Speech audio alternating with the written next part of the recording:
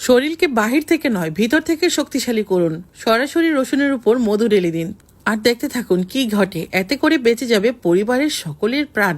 এটা এমন এক রেমেডি যা খেলে আপনার শরীরকে করবে অনেক বেশি এনার্জেটিক।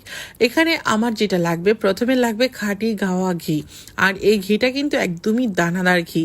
এখান থেকে হাফ কাপ পরিমাণ ঘি ঢেলে দিচ্ছি হাঁড়িতে। চুলা রাসটা আছে একদম লো হিটে। এই ঘিটা হতে হবে একদম দেশি গরুর সরের ঘি। আর এটা কিন্তু একদম দুধের সরের ঘি। আর এই ঘিটা আমি নিজেই তৈরি করি। এখানে দিয়ে দিলাম প্রায় 250 গ্রামের মতো রসুন। আর রসুনটাকে একদম মৃদু আঁচে, মানে একদম লো হিটে চুলায় বসিয়ে রাখবো। আর অল্প অল্প করে নাড়া দিতে থাকবো। যখন এটা নাড়তে নাড়তে একদম ব্রাউন কালার হয়ে যাবে আর রসুনটাও ভিতর থেকে সিদ্ধ হয়ে আসবে, তখন কিন্তু আমি চুলাটা অফ করে দিব। আপনারা হয়তো দেখতেই পাচ্ছেন রসুনের কিন্তু কালার চেঞ্জ হয়ে যাচ্ছে। এটা ঔষধি গুণে ভরপুর একটা রেমেডি তৈরি হতে যাচ্ছে, যা খেলে সব ধরনের রোগ থেকে আপনি নিরাময় পাবেন। এমনকি রূপ যৌবন তারুণ্যও কিন্তু ধরে রাখতে পারবেন। এটা এমন রেমেডি হতে যাচ্ছে যা আপনি শেষ পর্যন্ত দেখলে আপনারও কাজে লাগবে।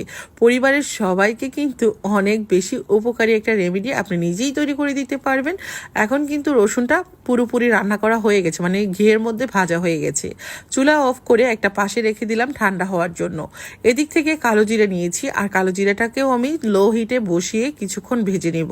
যখন দেখব কালো জিরা থেকে সুন্দর একটা স্মেল বের হচ্ছে আর কিছুটা ক্রিস্পি হয়ে গেছে, তখন কিন্তু চুলাটা অফ করে কালো জিরাটাকেও আমি ঠান্ডা করে শিলপাটায় পিষে নিব, অথবা ব্লেন্ডার জারেও কিন্তু আপনারা গুঁড়া করে নিতে পারেন। তা আমার কালো জিরাটাও কিন্তু ভাজা হয়ে গেছে। এখানে আমি কালো জিরা নিয়েছি 150 গ্রাম। আর এই কালো জিরাটা ঠান্ডা হওয়ার জন্য অপেক্ষা করছি, যেহেতু আমি এটা শিলপাটায় করে নিব। ঠান্ডা হলে পরে অনেকটা ক্রিস্পি থাকবে। তো এখন কিন্তু ঠান্ডা হয়ে গেছে আর একদমই মানে এটা আমি গুঁড়া করে নিয়েছি। রসুনও ঠান্ডা হয়ে গেছে। এর মধ্যে দিয়ে দিলাম আমি কালো জিরা গুঁড়াটা। এটা নিয়েছি মধু, কালো জিরা ফুলের মধু। একদম অরিজিনাল খাঁটি মধু হতে হবে। এখানে আমি 1/2 লিটার মধু ঢেলে দিচ্ছি। এই মধুটা পুরোটাই লাগবে। আর এই ঔষধি গুণে ভরপুর যে রেমেডিটা তৈরি করেছি, এটা স্ক্রিনের উপর ফোন নাম্বারে ফোন করে কিন্তু আপনারা চাইলে আমাদের কাছ থেকে এই রেমেডিটা নিতে পারেন। এটা কিন্তু সবার জন্য অনেক বেশি উপকারী। খাবেন প্রতিদিন খালি পেটে 1 চামচ করে খেয়ে নেবেন। যদি সর্দি ঠান্ডা লাগে সেই ক্ষেত্রেও খেতে পারেন। অনেকেই আছে শরীর দুর্বল, শরীরে কোনো রকম শক্তি পাচ্ছেন না, তারা কিন্তু এটা খাবেন।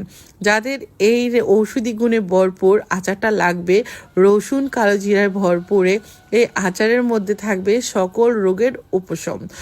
আপনারা চাইলে কিন্তু এই আচারটা আমাদের কাছ থেকে নিতে পারেন। শুধু আচার না, মধু, ঘি, আচার, এটা কিন্তু আপনারা আমাদের কাছ থেকে নিতে পারেন। একদম অরিজিনাল অথেন্টিক মধু দিয়ে তৈরি, ঘি দিয়ে তৈরি।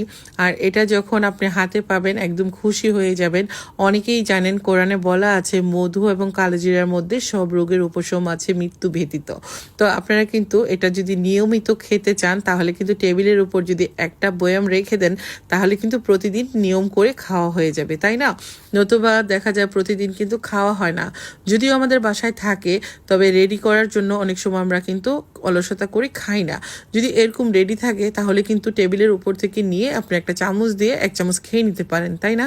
স্ক্রিনের উপর ফোন নাম্বারটা দিয়ে দিলাম। যদি কারো প্রয়োজন বোধ করেন, তাহলে কিন্তু এই নাম্বারে কল করে আপনারা আমাদের কাছ থেকে কালো জিরার আচারটা নিতে পারেন। এটা কালো জিরা আচার না, এটা একটা ঔষধি গুণে ভরপুর রেমেডি।